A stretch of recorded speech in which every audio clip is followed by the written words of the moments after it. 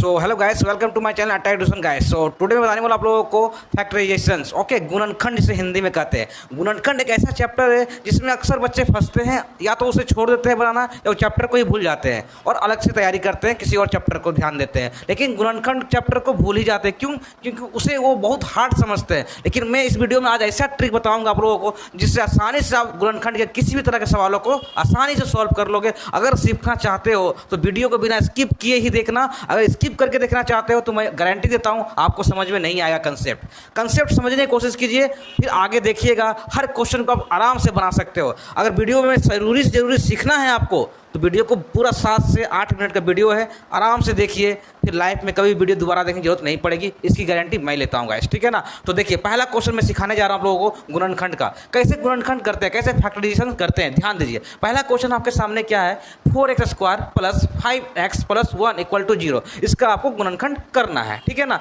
सबसे आसान तरीका यही इसका है जो मैं बताने जा रहा हूँ। देखिए, आपको पहले करना क्या है कि जो भी लास्ट का जो संख्या है, ये इसको कॉन्स्टेंट बोलते हैं, ठीक है ना।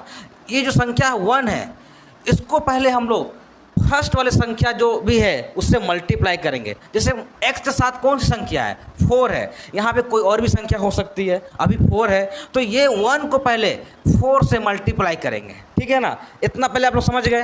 1 को 4 से करेंगे मल्टीप्लाई तो क्या आएगा, 4 ही आएगा, ठीक है ना। ये 4 आ गया, यहाँ तक क्लियर हो गया। अब आपको करना क्या है ना, यहाँ पे देखना ये बीच में संख्या कौन सी है, 5x है। तो इसका आप क्या करोगे, इसका आप गुणनखंड करोगे, मतलब इसका फैक्टर निकालोगे, जिसमें कि 2 ही फैक्टर निकलना चाहिए। कैसे, देखिए 2 फैक्टर कैसे निकलेगा, या तो 2 2 होगा, या तो आपका 4 1 होगा, या आएगा आपका 1 4। यही 2 फैक्टर लेना। मतलब क्या करने का मतलब ये कि जो भी संख्या यहाँ पे आएगी उसका 2 फैक्टर लेना है आपको, ठीक है। 2 2 जा 4 होता है, 4 1 जा 4 होता है, 1 4 जा 4 ही होता है, ठीक है ना। इतना करने के बाद जो संख्या बीच में है कितना है, ये 5 है। तो आपको देखना है ये तीनों में से कौन सी संख्या में जोड़ने से 5 आ रहा है या तो घटाने से आ रहा है, ठीक है ना। कहने का मतलब ये कि आप ये तीनों देख रहे हो, 2 एक फैक्टर है, एक ये फैक्टर है, एक फैक्टर है, ठीक है ना। इसमें देखना है इसमें कौन संख्या को अगर दोनों को जोड़ते हैं तो 5 आना चाहिए, या घटाते हैं तो 5 आना चाहिए। दोनों में से एक कंडीशन लागू होना चाहिए। ध्यान दीजिए, अगर हम इन दोनों को जोड़ते हैं तो क्या आएगा, हमारा 4 आएगा।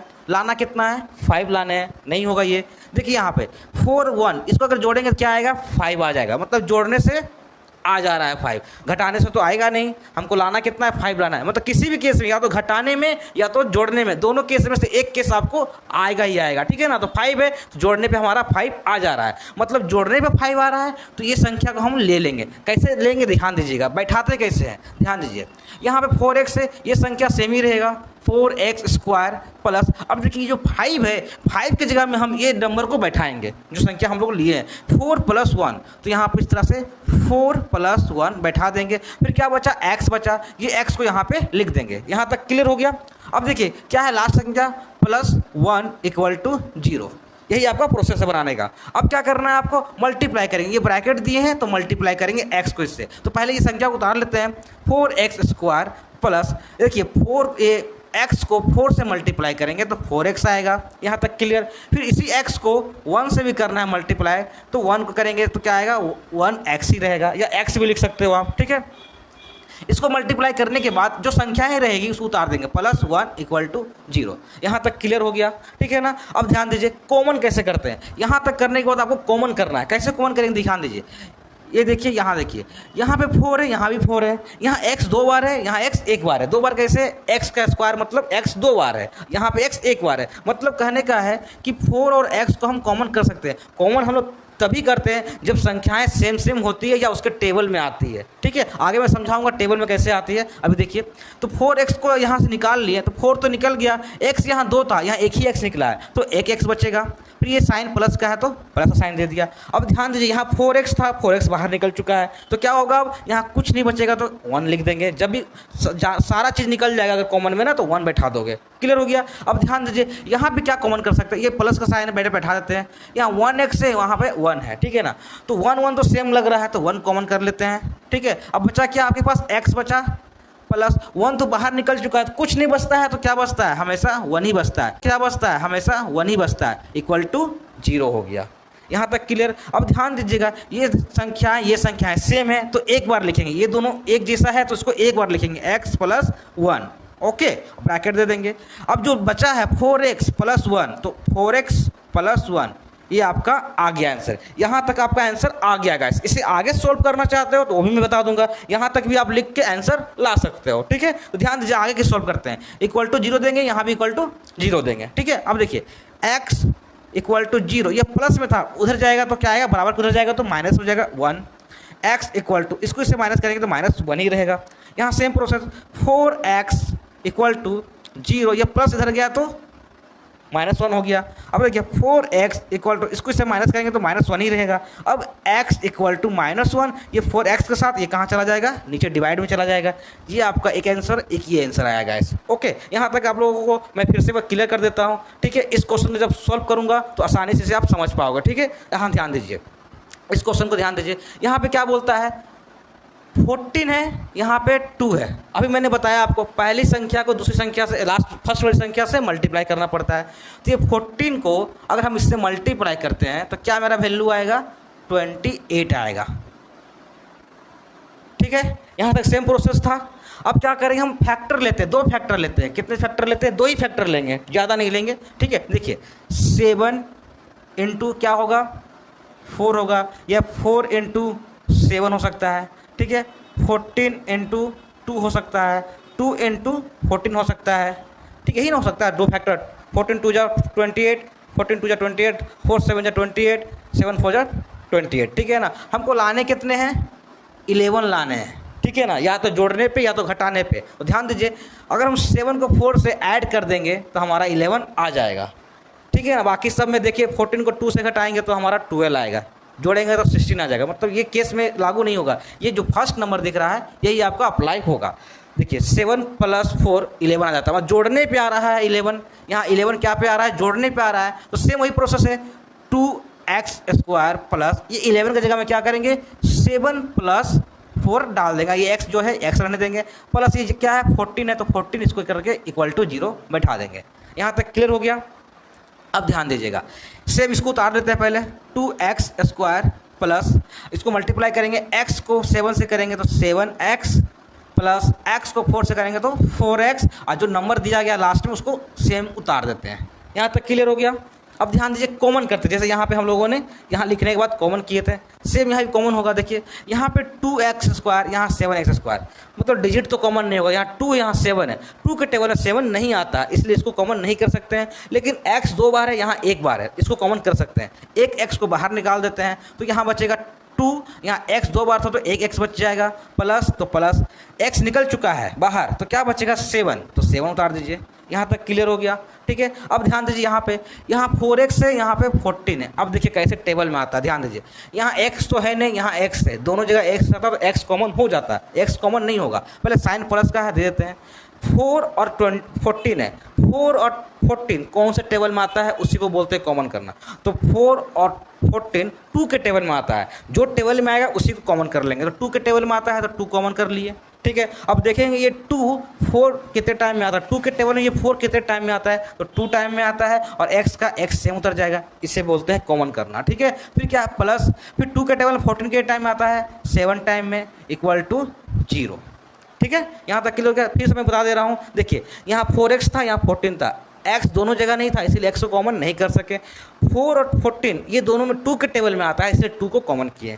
2 के टेबल में 4 2 टाइम में आया, x तो कॉमन नहीं हुआ तो x उतर गया, प्लस प्लस 2 के टेबल में 14 7 टाइम में आया, सेम इधर नंबर 0 उतर गया, ठीक है। अब ध्यान दीजिए, ये आपका सेम आया, ये सेम आया, इसको एक बार लिख लीजिए, 2x + 7, यहाँ पे क्या है x प्लस ये देखिए 2, ये आपका एक आंसर आ गया। यहाँ तक भी छोड़ सकते हो बना के, आगे बनाना क्या करेंगे, 0 = 0 दे देंगे। अब देखिए 2x = 0, ये +7 है तो -7 हो जाएगा, 2x = -7, x = -7, ये 2 कहाँ चला जाएगा, नीचे आएगा। इसको सेम प्रोसेस करेंगे, x = 0, ये प्लस है तो माइनस में हो जाएगा, x इक्वल टू -2।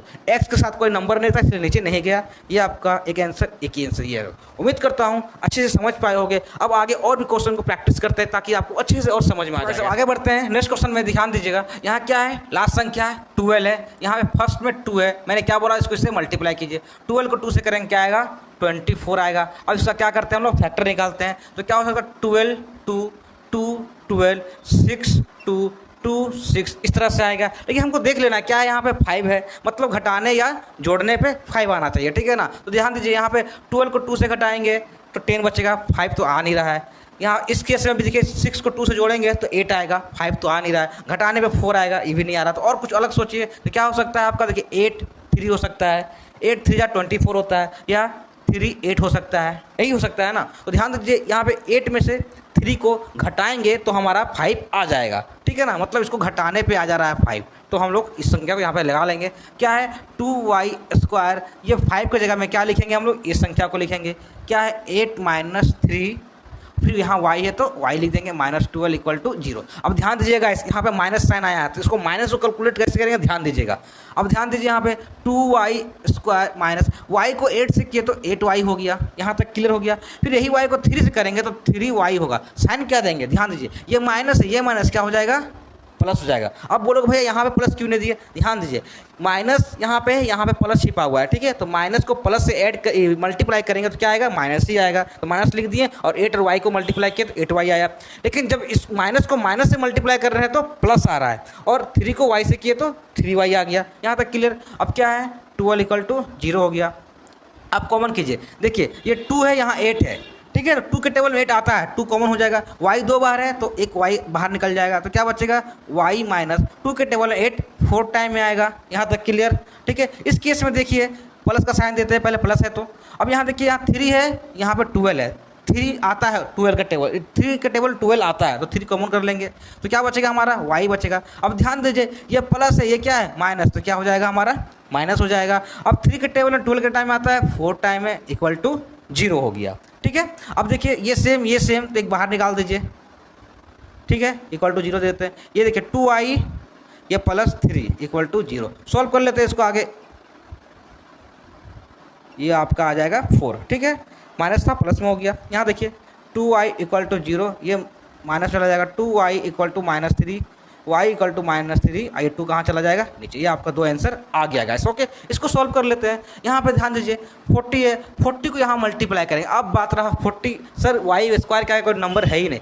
जब भी y के आगे या फर्स्ट नंबर का कोई डिजिट नहीं रहता है तो आप हमेशा 1 लेट करोगे। कितना 1 करोगे, 1 लेट कर लोगे। तो 40 को 1 से अगर मल्टीप्लाई करेंगे तो हमारा 40 ही आएगा, ठीक है ना। लाने कितने हैं, 18 लाने, घटाने या जोड़ने पे। तो चलो करते हैं, 22 फैक्टर आएगा ना, 22 जब 40 हो जाता है, देखिए फर्स्ट में ही आ गया हमारा। अगर 20 में 2 को घटाएंगे तो हमारा 18 आ जाएगा, मतलब फर्स्ट फैक्टर ही अप्लाई हो जा रहा है। तो चलिए क्या करने पा रहा है, घटाने पे आ रहा है ना, तो क्या करेंगे, यहाँ पे y² माइनस 18 की जगह पे क्या कर देंगे, 20 - 2 यही करेंगे ना। y का y यहाँ पे 40, यहाँ पे ये सब वैल्यू सेम उतर जाएगा, ठीक है। अब ध्यान दीजिए y², ये y को 20 से करेंगे तो 20y, फिर देखिए माइनस माइनस प्लस हो जाएगा, y को 2 से करेंगे तो 2y, ये सेम उतर जाएगा गाइस, ओके।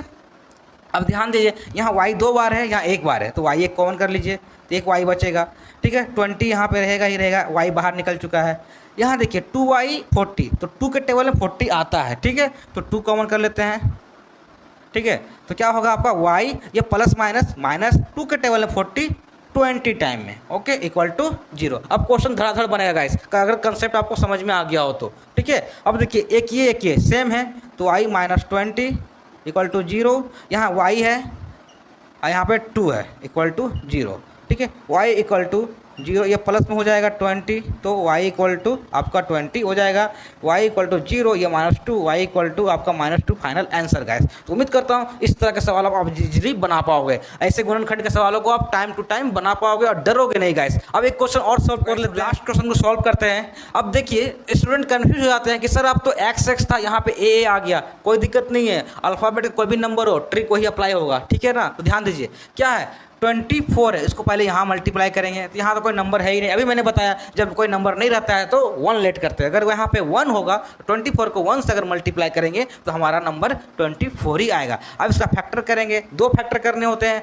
ठीक है। लाने कितने, हमारा 10 लाना है ना, सिंपल है 10, तो यहाँ पे 2 लिख देते, 12 लिख के 2 लिखते हैं, 12 2 जा 24 होता है ना। या 6 इंटू क्या हो सकता है आपका 4 हो सकता है, बहुत सारे हो सकते हैं, ठीक है ना। लेकिन हमको देखना है पहले क्या है, लाना है 10 लाने हैं ना। 10 तो यहाँ पे आ गया मेरा, देखो 12 को अगर 2 से घटाएंगे तो हमारा 10 वैल्यू आ जाएगा। तो मेरा फर्स्ट फैक्टर ही आ जा रहा है। क्या करने पे आ रहा है, माइनस करने पे। 12 में अगर 2 को घटाएंगे तो 10 आएगा, मतलब घटाने पे आ रहा है ना, मतलब साइन क्या लगेगा, घटाने का। कहने का मतलब ये है कि अगर जोड़ने पे आता है तो प्लस साइन लगाते हैं, अगर घटाने पे आता है तो माइनस साइन लगाते हैं। तो ध्यान दीजिए यहाँ पे a² प्लस 10 के जगह पे, इस 10 के जगह पे हमको क्या लिखना है, 12 - 2। ओके, यहाँ पे a बचा हुआ है, यहाँ पे 24 = 0। यहाँ तक प्रोसेस समझ में आ गया। आगे करते हैं, क्या है इसके आगे, प्लस a को 12 से करेंगे तो 12a ही रहेगा। अब ध्यान दीजिए प्लस है, ये माइनस, क्या हो जाएगा माइनस, a को 2 से करेंगे तो 2a, यहाँ पे 24 = 0 हमारा आ गया, ठीक है। अब आगे बढ़ते हैं, ध्यान दीजिए अब क्या करेंगे, कॉमन करते हैं। यहाँ a 2 बार है, यहाँ 1 बार है, तो a बाहर निकल जाएगा तो एक a बचेगा, प्लस प्लस 12 है, 12 रहेगा ही, a तो बाहर निकाल चुके हैं, बंद ब्रैकेट, माइनस साइन है, माइनस साइन, यहाँ पे 2, यहाँ पे 24, तो 2 कॉमन हो जाएगा क्योंकि 2 के टेबल में 24 आता है। ये नहीं कॉमन हुआ, ए रहने दीजिए, ये माइनस प्लस हो गया हमारा। हमेशा ये माइनस माइनस प्लस करना बिल्कुल मत भूलिएगा। अगर सारे प्लस में होते हैं तो कोई दिक्कत नहीं होते, साइन सेम उतर जाते हैं, लेकिन अगर माइनस में आ जाते हैं ना तो यहाँ पे आपको ध्यान देना पड़ेगा, ठीक है। तो माइनस माइनस क्या हो गया, प्लस हो गया, ठीक है। 2 के टेबल में 24 के टाइम आते हैं, 12 टाइम में आते हैं, = 0। क्लियर, सेम आ गया तो a + 12।